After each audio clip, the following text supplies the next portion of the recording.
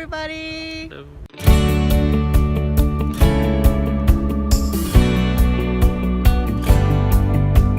Our northern Spain tour continues. This week we are dropping by a couple of pretty seaside towns in Asturias on our way to Galicia. Can this view get any better?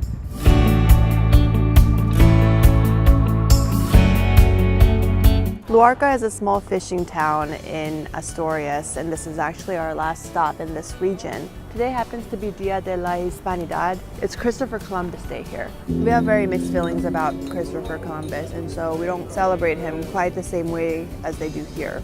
But it's still a national holiday, and so a lot of people are out celebrating.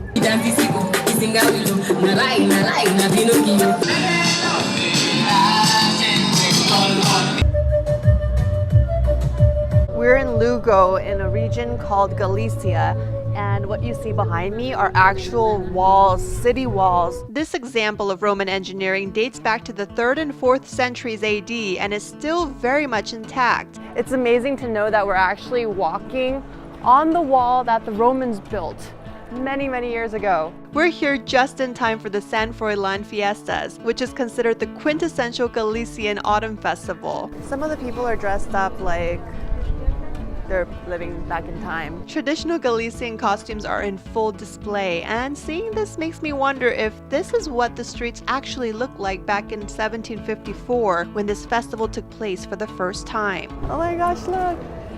It's like the MGM Studios back in Culver City. Some things in Galicia look oddly familiar. Mickey and Minnie are everywhere. Look. And while octopus is the most popular dish here, my husband and I opt for something a bit more comforting. We should really soak in the culture and try some food, but we ended up having pizza.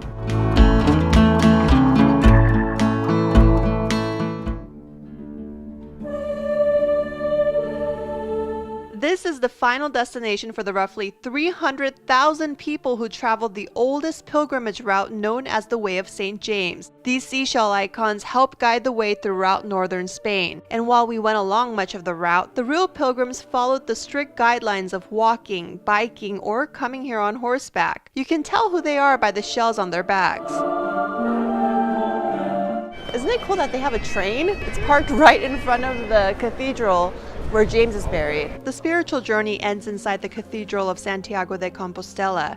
It is immaculate, and seeing the casket that may contain the remains of one of Jesus' apostles is a priceless experience. There's some speculation as to whether it's the real James that's buried here, because the journey to get his body here was a difficult one, especially back in the day. But whatever the case, this is a very holy site.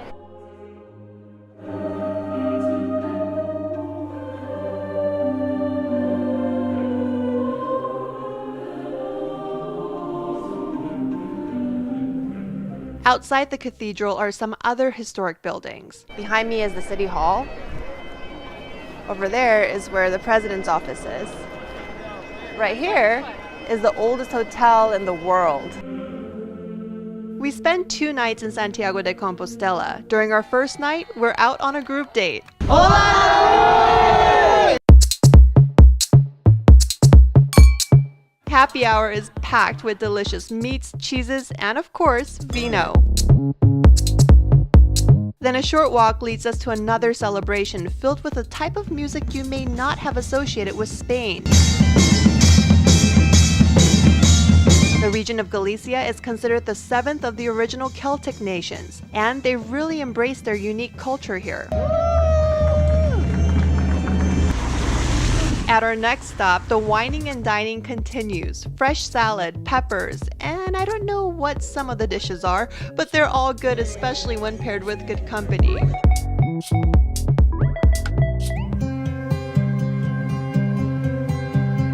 The following day, my husband and I tried to live like the locals. We visit a pharmacy, discover El Corte Inglés, the biggest department store group in Europe, and enjoy lunch there. Then we head downstairs to grab as many snacks as we can, like my favorite, Monster Munch. Our day is going great. We even get a free cake and empanada at a bakery while we wait for this Korean restaurant to open for dinner. But then, even though it is completely empty inside, I was told that I could not order anything because their reservations are full. But all is not lost. I'm greeted by these familiar Korean faces on my way to Buffet Yeezy. This is a salt and pepper shrimp. Just thankful that there's another Asian option and a restaurant where people are a lot nicer. Our time in Santiago de Compostela wraps up with mostly good memories, some souvenirs, and a newfound appreciation for the dedicated pilgrims as well as for our travel director, Mikhail. He's been guiding us through the rain and teaching us so many new things about this part of the country. The beautiful thing about northern Spain is, just when you thought you've seen it all, there's always another surprise, a beautiful surprise like this, just around the corner. In Asturias and Galicia, Christine Lee, Kimbop TV.